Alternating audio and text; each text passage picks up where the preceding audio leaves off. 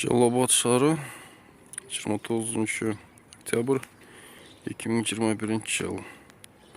Достук микрорайону.